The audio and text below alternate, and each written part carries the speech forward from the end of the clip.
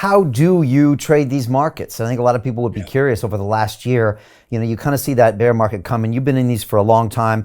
You have a pretty big portfolio, a varied portfolio. You're public about your portfolio, and people can go watch the videos there. And I love the fact that you are.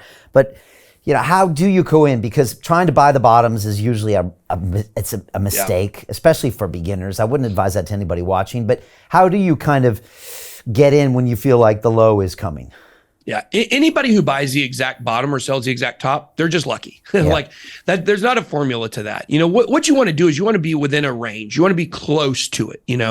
Like if you would have sold at 65,000 and the peak was 69,000, I mean, we certainly would have called that selling the top, So for the bottom here, you got to really look at it in ranges. Now, what we've done is we've kind of staggered our buy orders, not just for Bitcoin, but for other altcoins as well, based on where Bitcoin is going. So the numbers we're specifically watching, if we make a new low and go below 17, we have some buy orders there.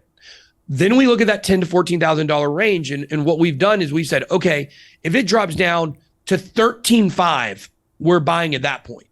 Then we say, okay, at 11,000, we're going to have some more buy orders there as well. Then we also have some buy orders at like 9,800, right? Because if it were to wick down really hard, it could wick completely through that range, and then it could bounce back really quick. If it's the high nines, I think we're going to get a large bounce very quickly. Then we also have some lower price points as well. There are people with targets anywhere from $3,000 to $7,000.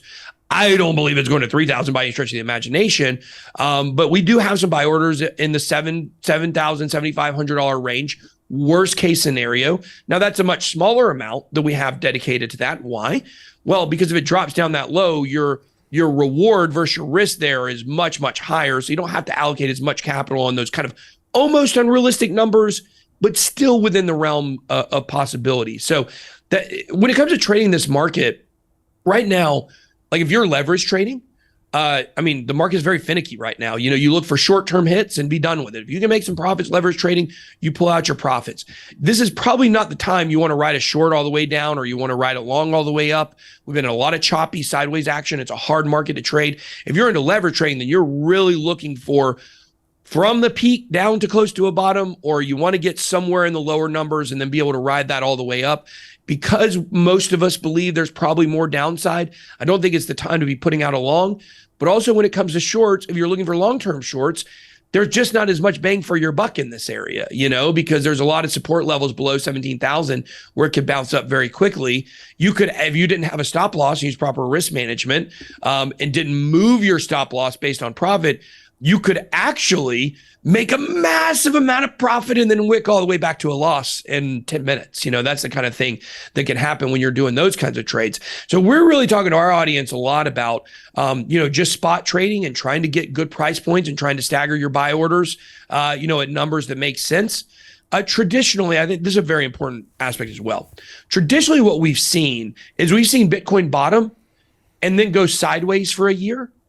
When it comes to altcoins, now there was a little bit of fireworks in 2019. 2019, it went up to 14,000 and then went right back down under 10 again very quickly. It's the highest it reached after the peak in 2017, December.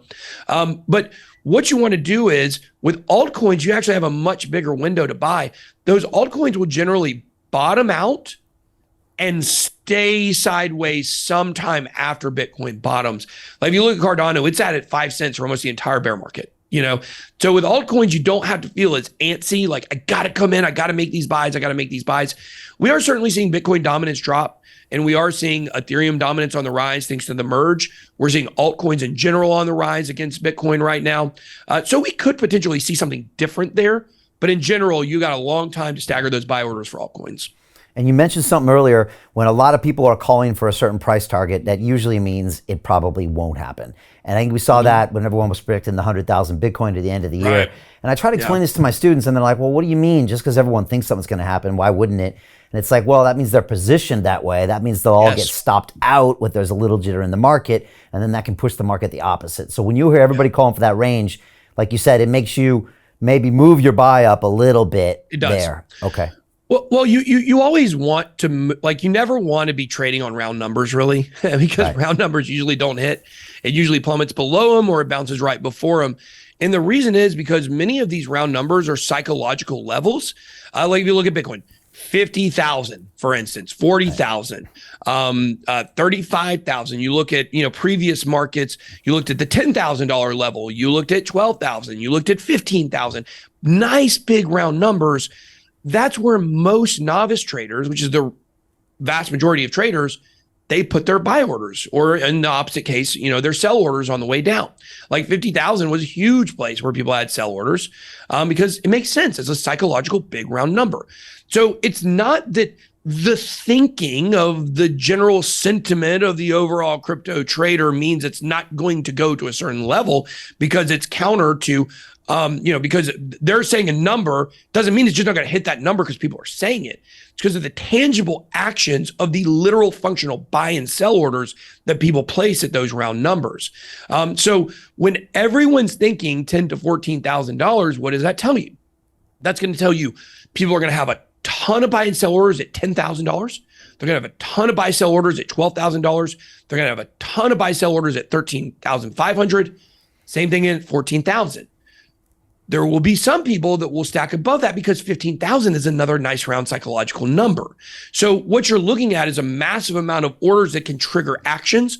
So it goes down to 15. It'll be very interesting to see if 15 could be a strong level of support. It never has been before. We don't have any strong support in the past around that number. And that's why I tend to think it'll go through that floor. But I think there's going to be a lot of buy orders at 13,500 that could propel it upwards. And also probably at 14,000 because that's the top of the range. You just got to look at what's popular of the ranges people are talking about. And you can guarantee that's where a lot of buy orders are going to be. So it's not it's not just counterintuitive thinking. It's more functional buy orders and where they're placed. Hey, it's Brian Rose, founder of the DeFi Academy. I've told you my 4-week crypto bootcamp is amazing, but don't take my word for it. This is what my students are saying. The DeFi Academy was an amazing experience for me. It took me totally out of my comfort zone. In this course, I was challenged, I was held accountable, and pushed to do things that honestly weren't always easy. It's been phenomenal, and I can't believe we're already up on our 4 weeks. It has flown by. Going through this DeFi accelerator by far was one of the best courses I've taken. You do this course, you really get into the nitty-gritty of the activities that will make you comfortable with decentralized finance. Thank you so much to Brian and everyone at London Real and the DeFi Academy for even putting together an amazing course like this. Anybody else that wants to do it, please sign up. It is well worth the money.